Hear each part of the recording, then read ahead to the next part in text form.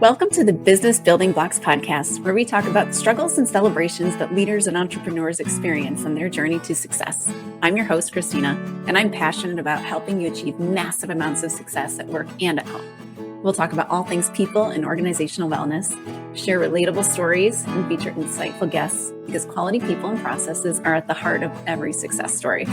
Ready to learn, grow, and have fun? Let's dive in.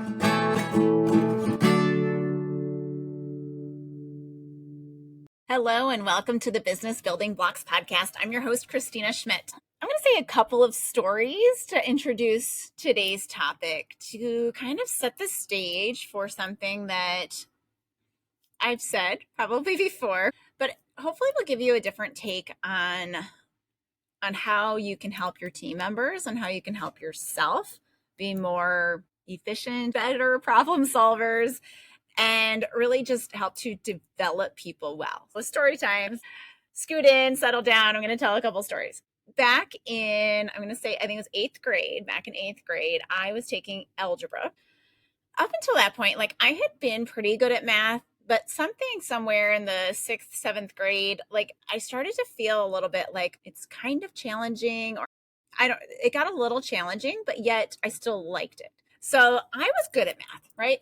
But when I got into this algebra class, there was something, it was beginning early in the school year, but I remember getting this one homework assignment that was overwhelming. It was even just the way the document looked was really small print and really hard to read. It was just oh my gosh, I have no idea what they're asking me to do. So even that was overwhelming, and I felt overwhelmed with how to do the work. So I was struggling with it, getting frustrated, wanting to pull my hair out and being I don't even know what to do, and getting myself all spun up. And go to my parents, and neither one of them, I don't even know if they took algebra. I'm sure they did at some point, but neither one of them was willing or able to help me. We were recently moved to a place close to my aunt and uncle. And so go see your uncle. He's the closest that we have to somebody who can do math in our family. Just go see your uncle. So I was all right, call him up. I was can I come over? I'm stuck. And he's yeah, sure, come on over. So I remember we went out. It had to be early because it was beautiful. We sat on the patio table outside, started working through this. And I, got to the first question and then just started kind of talking and to tell him where I was stuck and where I was frustrated. And then as I was talking, conclusions and things started to happen. And I was oh, but then I'll just do this and then I'll do this. And boom, I got the answer.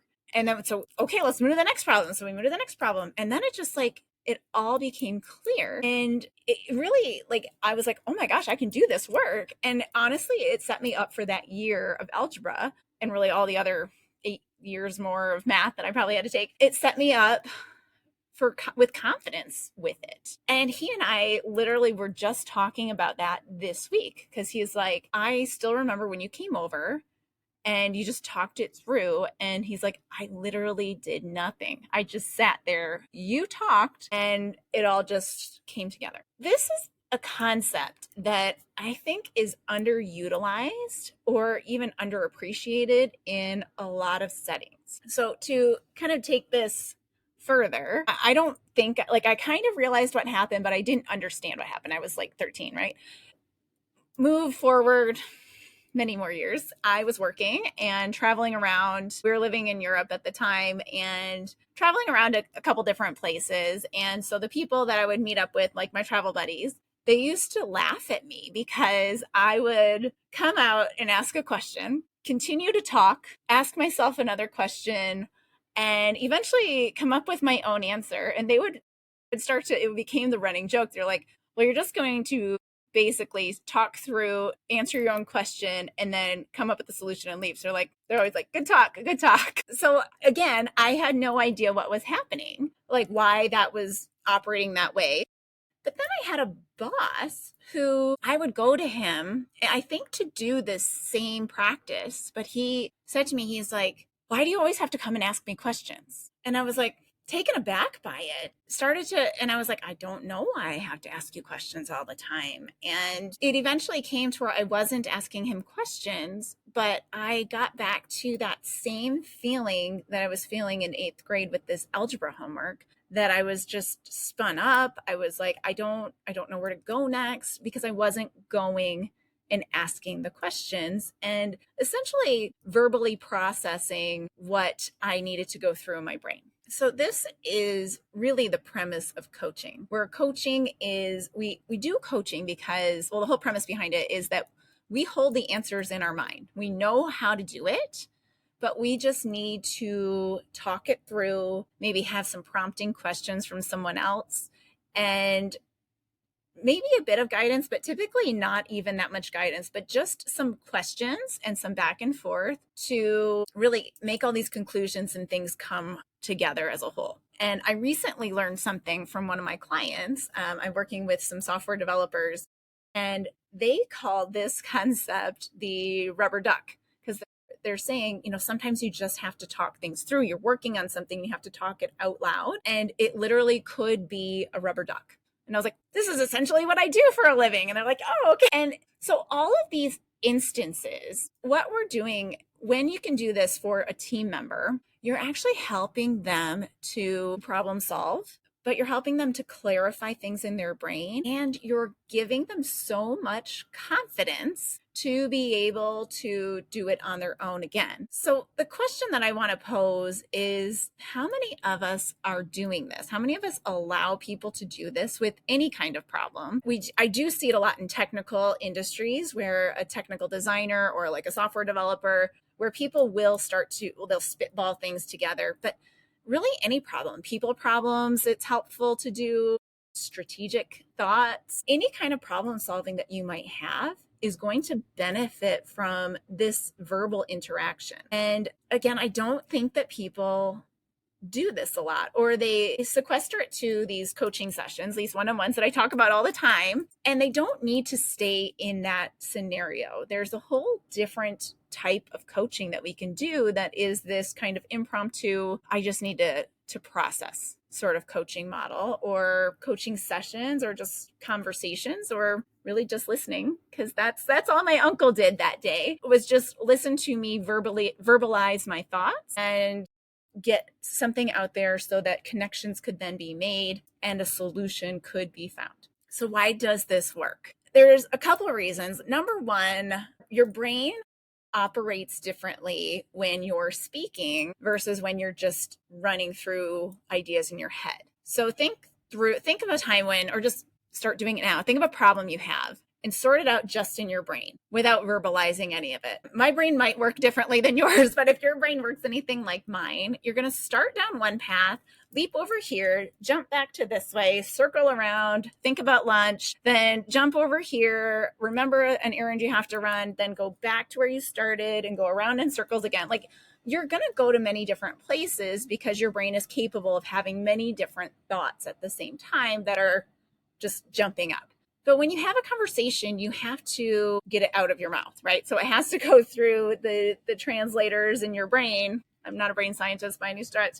Don't claim to be, but it has to go through different parts of your brain and come out in some kind of a process that it's going to make sense to someone else. So you're processing it a little bit further, and now it's allowing your brain to kind of go through the full thought process that is needed to complete the thought and to complete that train to get you to draw these conclusions or connections. And sometimes when we're working with somebody else, they may ask a question that then spurts off many other different ideas and kind of gets you really thinking. So this back and forth is brilliant, and it builds relationships, but the most important part is it gets people moving on productive solutions rather than spinning in circles on their own. So how does this look in practice? All right. So the biggest thing, and I think this is maybe where open door policies kind of came about, like where, our doors are always open to ask these kind of questions, because this is what that would be for. Like, hey, I got some stuff, I'm struggling, I just need to get it out of my brain and talk it through with someone else. So that's a great way to kind of welcome that sort of conversation. But it can also happen when you're just checking in with somebody. As a leader, it's great to pop in and say, how's it going today? Everything going well? What do you got on your plate? Anything coming up or anything you're struggling with? Like, you can pop in and have these kind of conversations, whether you're in an office environment or in a manufacturing environment. We used to do it all the time. Hey, how are you doing today?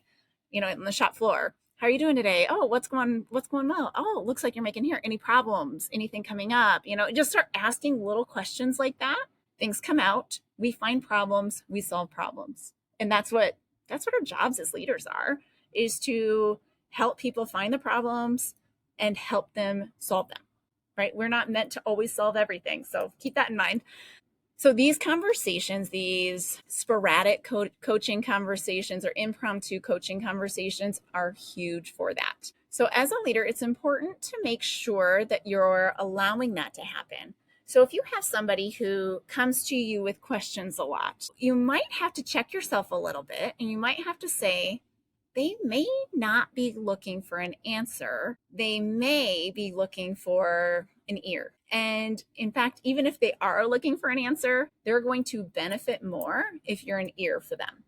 Because what you're going to do is, number one, you're going to see how their brain is operating. You're going to hear that thought process come out of their mouths so you can understand what they're doing. And you can start talking through, why are you thinking it that way? You can start to question some of their thought processes, or to understand their thought processes better, so you can see where either they're really good at something or where they may need some more support and development in how they're thinking or how they're connecting dots or how they're approaching problems or skipping steps or whatever you might discover. So these things are helpful for you to develop them better, but they're helpful for them because the more time they sit spinning and questioning and kind of going in circles or following the same thought processes that they've always followed, the more time is wasted, the more struggling they're going to be, and probably a lower confidence level that they're going to be. But if they can talk it through and then come away with saying, oh, I came up with that answer, I feel amazing. Like,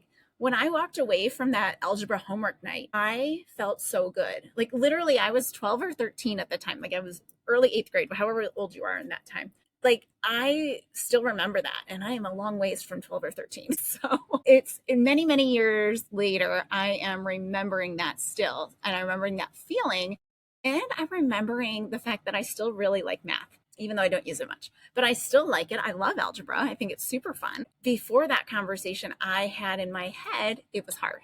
But because I was able to talk it through with somebody who I trusted and essentially came up with the answers, but felt like I got help and support, and I was able to get my frustrations out and process through the problem, I was able to gain the confidence to have the answer and the solution. So it's important that people have this time. And as the leader, it's important that you give the time and you make sure that you're allowing the time and not just trying to give the answer. Because in theory, the answer is faster to just answer their question. But the reality is it's not, because if you give them the answer today, you're going to give them the answer tomorrow, next week, next month, and next year. If you take a little bit more time in that first conversation and you talk them through, or you allow them to just talk it out, you're going to have that one conversation, and the next time they're going to be a little bit better. So you might have another conversation that looks like that, but then they're going to start to be able to take those problems, and then they're going to level up, and they're going to have the confidence where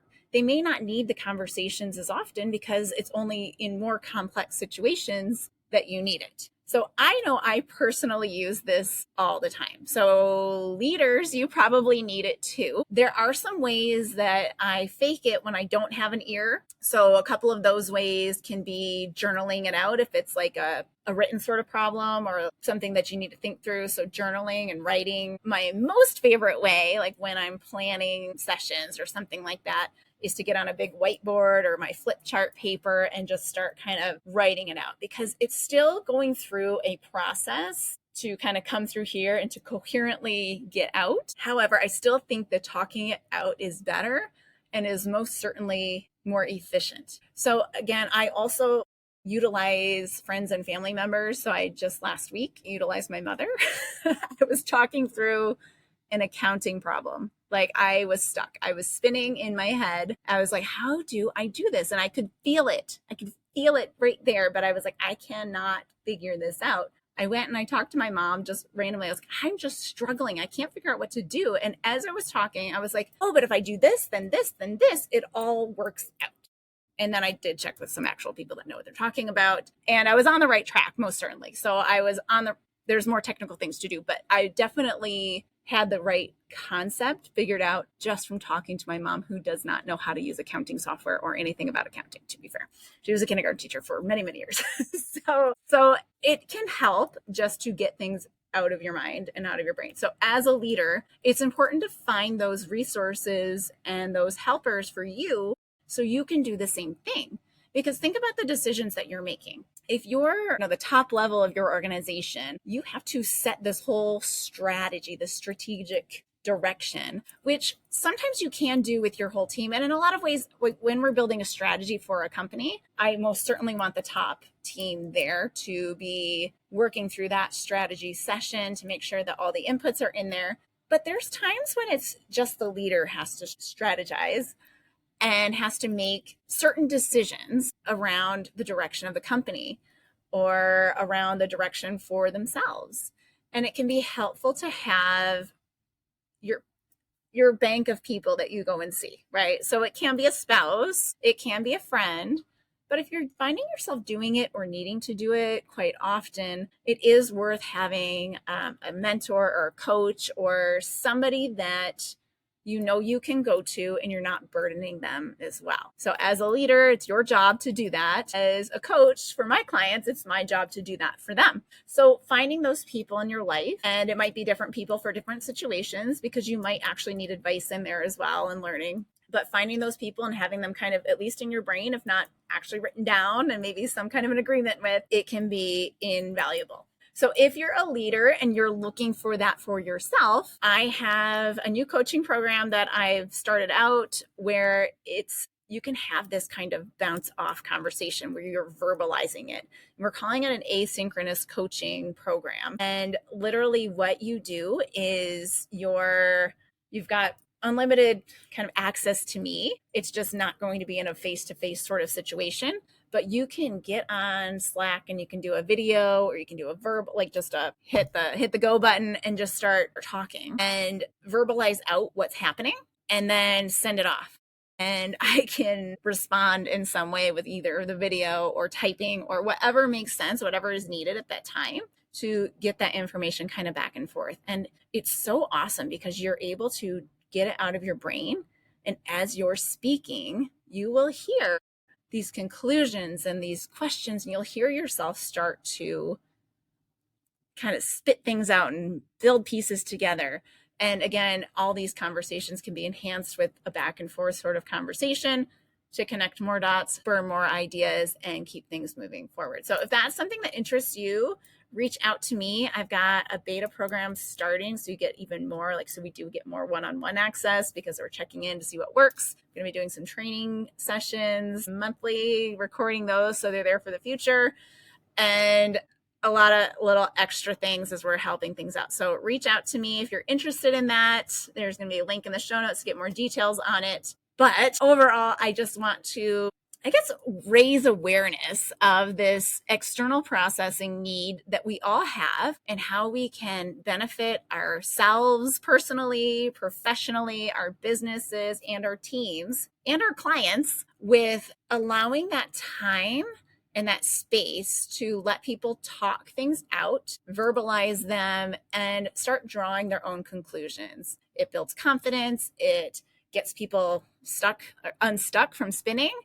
And it just creates an overall better team, better company, better business. If you enjoyed today's episode, please like it, share with a friend, leave a review or comment on the YouTube page. And I will see you next time on the next episode of the Business Building Blocks podcast. Thanks for tuning in to the Business Building Blocks podcast. If you enjoyed this episode, make sure to subscribe so you don't miss what's next.